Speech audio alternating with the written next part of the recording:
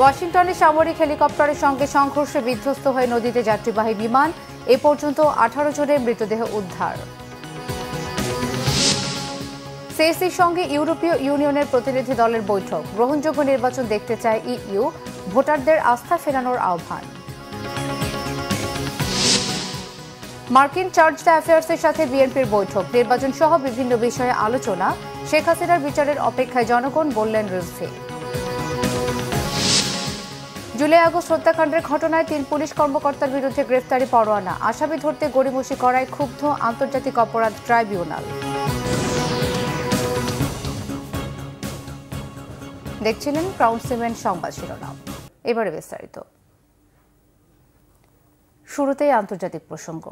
যুক্তরাষ্ট্রের ওয়াশিংটন ডিসিতে সামরিক হেলিকপ্টারের সঙ্গে সংঘর্ষে যাত্রীবাহী একটি বিমান পটোম্যাক নদীতে পড়েছে।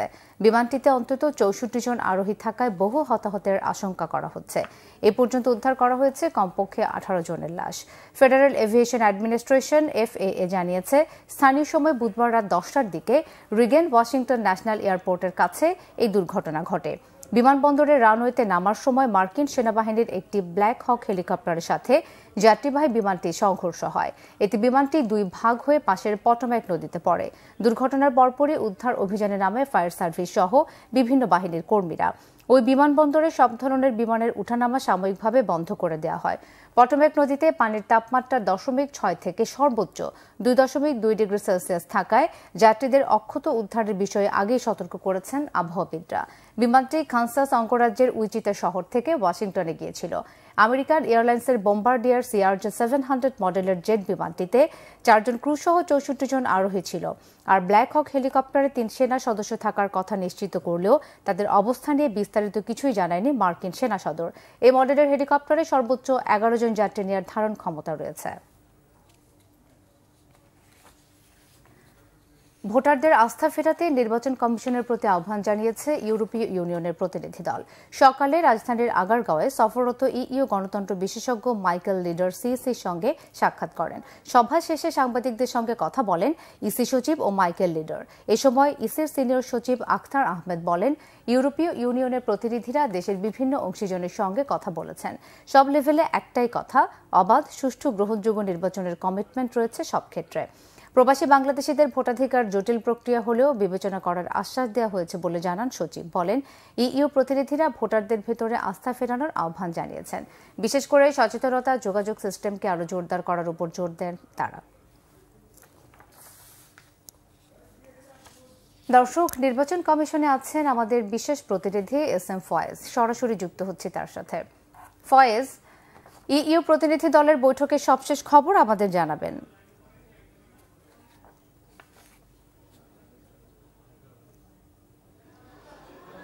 সকাল 10টায় নির্বাচন কমিশন ভবনে প্রধান নির্বাচন কমিশনার সিইসি সহ অন্য যে 4 কমিশনার রয়েছেন তাদের সাথে বৈঠক করেছেন ইইউ প্রতিনিধি দল। ইউরোপীয় ইউনিয়নের যে প্রতিনিধি দল তারা জনগণের ভোটাধিকার কিভাবে ফিরিয়ে দেওয়া যায়, জনগণকে ভোটের প্রতি কিভাবে আস্থা আনা যায় সে বিষয়ে তারা কথা বলেছেন এবং কিভাবে একটি নির্ভুল, অবাধ, সুষ্ঠু, নিরপেক্ষ নির্বাচন করা যায় এবং নির্ভুল ভোটার তালিকা করা যায়, এই বিষয়গুলো নিয়ে তারা কথা বলেছেন এবং কিভাবে প্রবাসীরা আগামী জাতীয় সংসদ নির্বাচনে ভোট দিবেন সেই বিষয়গুলো নিয়ে তারা আলোচনা করেছেন। সেই মিটিংটি শেষ হয়েছে 11টার দিকে। 11টার সময় আবারও ইসি কমিশনের, নির্বাচন কমিশনের 3য় দফা অর্থাৎ 3য় যে সভা সেটি আজকে অনুষ্ঠিত হচ্ছে। সকাল 11টা শুরু হয়েছে, এখনও 2টা অতিক্রম করেছে, অর্থাৎ 4 ঘন্টা তাদের সেই মিটিং চলছে। সেখানে 11টি এজেন্ডা নিয়ে তাদের এই মিটিং চলছে।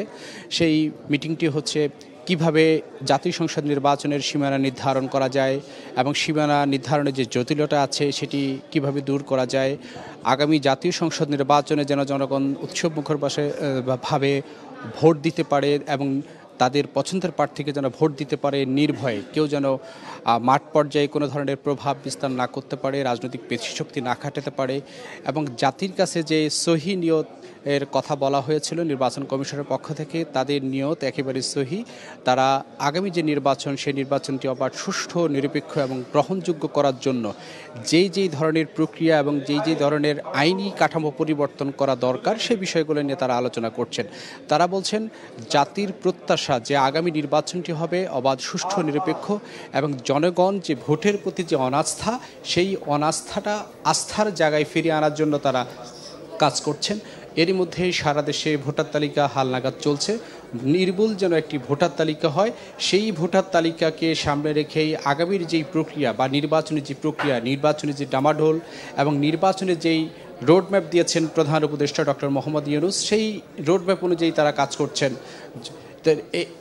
করছেন এবং এই 4 ঘন্টার যে তাদের মিটিং চলছে, সেই মিটিং সবার শেষে যখন প্রধান নির্বাচন কমিশন অথবা কমিশনার আমাদেরকে কথা বলবে, তখন আমরা এই বিষয়ে একেবারে বিস্তারিত খোলাসা বাংলা ভিশনের দর্শকদেরকে জানাতে পারবো। এ ছিল আমার কাছে এখানকার সবশেষ তথ্য। ফয়েজ, আপনাকে ধন্যবাদ।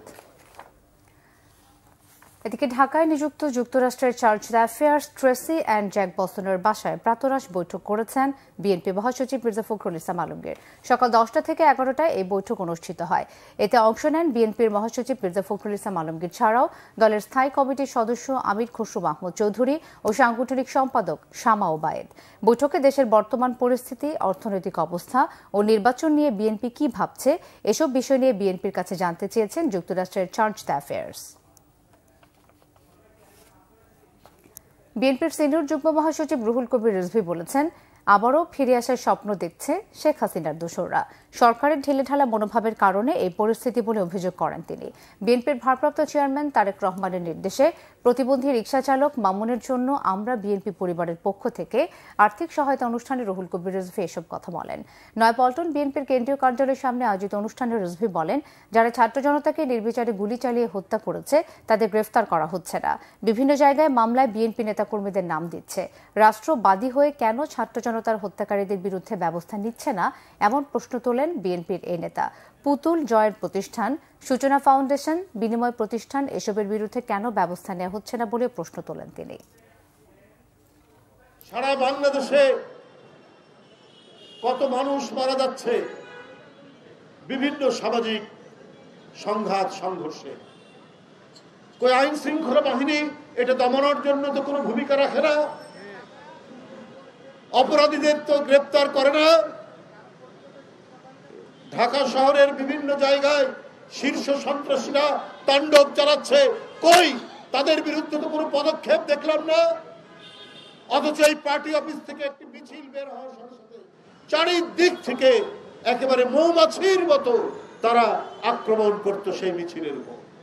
সে যদি গ্রামের ধান ক্ষেতের মধ্যে লুকিয়ে থাকতো বা বাঁশঝাড়ের মধ্যে লুকিয়ে থাকতো, তাহলেও আমরা দেখেছি আইন শৃঙ্খলা বাহিনী, র্যাব, পুলিশ সেইখানে গিয়ে তাদেরকে ধরে নিয়ে এসছে। তো আজকে যারা সমাজ অপরাধী তাদেরকে গ্রেপ্তার করে আজকে সমাজে শান্তি শৃঙ্খলা আনা হচ্ছে না। জুলাই আগস্টে গণহত্যার ঘটনায় মানবতা বিরোধী অপরাধের মামলায় পরোয়ানাভুক্ত আসামিদের গ্রেফতারে পুলিশের গড়িমসি নিয়ে প্রশ্ন তুলেছে আন্তর্জাতিক অপরাধ ট্রাইব্যুনাল। এখন পর্যন্ত 109 জনের বিরুদ্ধে গ্রেফতারি পরোয়ানা জারি হলেও 35 জনকে গ্রেফতার করা হয়েছে। প্রসিকিউশনের এমন তথ্যের ভিত্তিতে ট্রাইব্যুনাল রাষ্ট্রপক্ষের প্রতি অসন্তোষ প্রকাশ করে। জুলাই আগস্টের গণহত্যার ঘটনায় অভিযুক্ত 3 জনের বিরুদ্ধে বৃহস্পতিবার গ্রেফতারি পরোয়ানা জারি করেছে ট্রাইব্যুনাল। গত বছরের 19 জুলাই কলেজ শিক্ষার্থী ইমাম হোসেন তাইম হত্যা মামলার 2 আসামি পুলিশের সাবেক সহকারী কমিশনার তানজিল আহমেদ ও যাত্রাবাড়ি থানার সাবেক ওসি আবুল হাসানকে ট্রাইব্যুনালে হাজির করা হয়। প্রসিকিউশনের আবেদনের পরিপ্রেক্ষিতে তাদের বিরুদ্ধে তদন্ত প্রতিবেদন জমা দেওয়ার জন্য আগামী 6 এপ্রিল পর্যন্ত সময় দিয়েছে আন্তর্জাতিক অপরাধ ট্রাইব্যুনাল।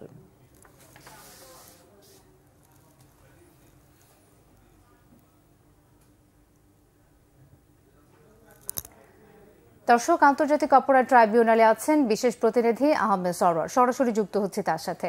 সরোয়ার, ট্রাইব্যুনালের আজকের কার্যক্রম সম্পর্কে জানাবেন।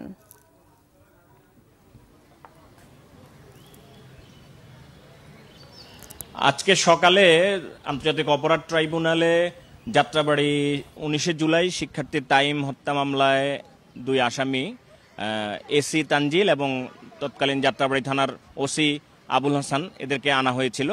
আজকে তাদের অগ্রগতি প্রতিবেদন দেওয়ার কথা ছিল বা তদন্ত প্রতিবেদন দেওয়ার কথা ছিল, কিন্তু প্রসিকিউশন তাদেরকে যখন হাজির করা হয় তখন তদন্ত প্রতিবেদন বা অগ্রগতি প্রতিবেদন দিতে না পারায় প্রসিকিউশন টিমের প্রতি ট্রাইব্যুনালের প্রশ্ন ছিল যে হচ্ছে না কেন, তখন ট্রাইব্যুনাল আসলে প্রসিকিউশন টিম বলতে ছিল যে আসলে তারা যেসব অর্ডার পায় বা যেভাবে বলে পুলিশ থেকে তারা সেভাবে আসলে সহযোগিতা পাচ্ছে না। তারা গ্রেপ্তার করতে বললে, এইটা প্রসিকিউশন টিমের সাবমিশন ছিল যে গ্রেপ্তার করতে বললে গ্রেপ্তার করে না বা গড়িমসি করে, পর্যাপ্ত লোক নাই এভাবে বলে তারা 196 জনের বিরুদ্ধে গ্রেপ্তারি পরোয়ানা জারি করা হলো, মাত্র 35 জনকে গ্রেপ্তার করা হয়েছে, অন্যদেরকে গ্রেপ্তার করতে পারছে না, বিভিন্ন অজুহাত দেখায়। এটা শুনে ট্রাইব্যুনাল অবশ্য আজকে বেশ উষ্মা প্রকাশ করেছে। তারা বলেছেন যে আমরা এখানে কি করতে বসছি, কথা শুনবে না কেন? স্বরাষ্ট্র উপদেষ্টাকে বলেন, মন্ত্রণালয়কে বলেন যে আমরা এখানে যে আদেশ দিচ্ছি এগুলো প্রতিপালন হচ্ছে না কেন, আমরা শুনতে চাই না। এরকম বেশ কিছু রাগান্বিত হয়ে কথা বলেছেন। তবে আমরা যখন পরবর্তীতে প্রসিকিউশন টিম ব্রিফিং করেছে তাদেরকে আমরা জিজ্ঞাসা করেছিলাম, তখন ওনারা আমাদেরকে আসলে এইভাবে সরাসরি বলেননি। তারা বলেছেন আপনারা তো ভিতরে ছিলেন, আপনারা শুনেছেন, যা শুনেছেন তা বলতে পারেন বা লিখতে পারেন, কিন্তু আমরা বলবো না। তবে এতটুকু বলেছেন যে আদালত উষ্মা প্রকাশ করেছেন। তো আবার তাদের তানজিল এবং আবুল হাসানের প্রতিবেদন দেওয়ার জন্য মার্চ পর্যন্ত সময় দিয়েছেন এবং বলেছেন যে এর মধ্যে অবশ্যই যেন তদন্ত প্রতিবেদন শেষ করা হয়। এছাড়া আজকে হাইকোর্টে আরেকটি মামলা ছিল 1994 সনে ঈশ্বরদীতে তৎকালীন বিরোধী দল নেত্রী শেখ হাসিনার ট্রেনে হামলার একটি মামলা ছিল। সেখানে 9 জনকে মৃত্যুদণ্ড দেওয়া হয়েছিল এবং বেশ কয়েকজনকে যাবজ্জীবন এবং বিভিন্ন মেয়াদে কারাদণ্ড দেওয়া হয়েছিল। সেইটার ডেথ রেফারেন্সের শুনানি শেষ হয়েছে। 5 ফেব্রুয়ারি এ ব্যাপারে আদালত রায় দিবে। তো আসামি পক্ষের আইনজীবী ব্যারিস্টার কায়সার কামাল আমাদেরকে বলেছেন যে তারা আদালতের কাছে ন্যায় বিচার চেয়েছেন এবং তারা দেখিয়েছেন যে আদালত আসলে নিম্ন আদালত যে বিচারিক আদালত যে রায় দিয়েছে তাতে আসলে কোনো নিয়ম নীতি মানা হয়নি, একজনকে খুশি করার জন্য রায় দেওয়া হয়েছে বলে কায়সার কামাল আমাদেরকে জানিয়েছেন। তারা আশা করছেন যে আদালতের কাছ থেকে তারা ন্যায় বিচার পাবেন। সরোয়ার, আপনাকে ধন্যবাদ। যুক্তরাষ্ট্রের প্রেসিডেন্ট ডোনাল্ড ট্রাম্পের পারিবারিক ব্যবসায়িক পার্টনার ও ধনকুবের জেন্ট্রি বিচ বাংলাদেশে এসেছেন। সকালে ব্যক্তিগত উড়োজাহাজে তিনি ঢাকায় অবতরণ করেন। বাংলাদেশ সফরকালে তিনি প্রধান উপদেষ্টা ডক্টর মোহাম্মদ ইউনূস সহ বিভিন্ন গুরুত্বপূর্ণ ব্যক্তির সাথে বৈঠক করবেন। দুপুর 2টায় রাজধানীর একটি হোটেলে প্রধান দলগুলোর প্রতিনিধিদের সাথেও তার বৈঠক করার কথা রয়েছে। জানা গেছে, জেন্ট্রি বিচ বিশ্বের বিভিন্ন দেশে নানা ধরনের বিনিয়োগ করে থাকেন। তার বাংলাদেশের এই সফরেও বড় বিনিয়োগের আশা করা যাচ্ছে।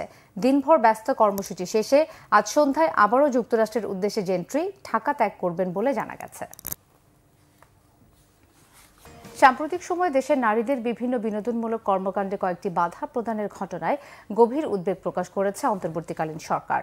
বৃহস্পতিবার প্রধান উপদেষ্টার কার্যালয় থেকে এক সংবাদ বিজ্ঞপ্তিতে উদ্বেগের কথা জানানো হয়। সম্প্রতি মেয়েদের 2টি ফুটবল ম্যাচ পরিচালনার ক্ষেত্রে যারা বাধা প্রদান করেছে তাদের এই কর্মকাণ্ডের নিন্দা জানায় সরকার। বিজ্ঞপ্তিতে জানানো হয়েছে, নারীরা বাংলাদেশের নাগরিক এবং পুরুষদের মতো সমানভাবে মানবিক ও নাগরিক অধিকার ভোগ করে। অন্তর্বর্তীকালীন সরকার বাংলাদেশি নাগরিকদের পূর্ণ অধিকার নিশ্চিত করার জন্য যথাসাধ্য চেষ্টা করে যাচ্ছে।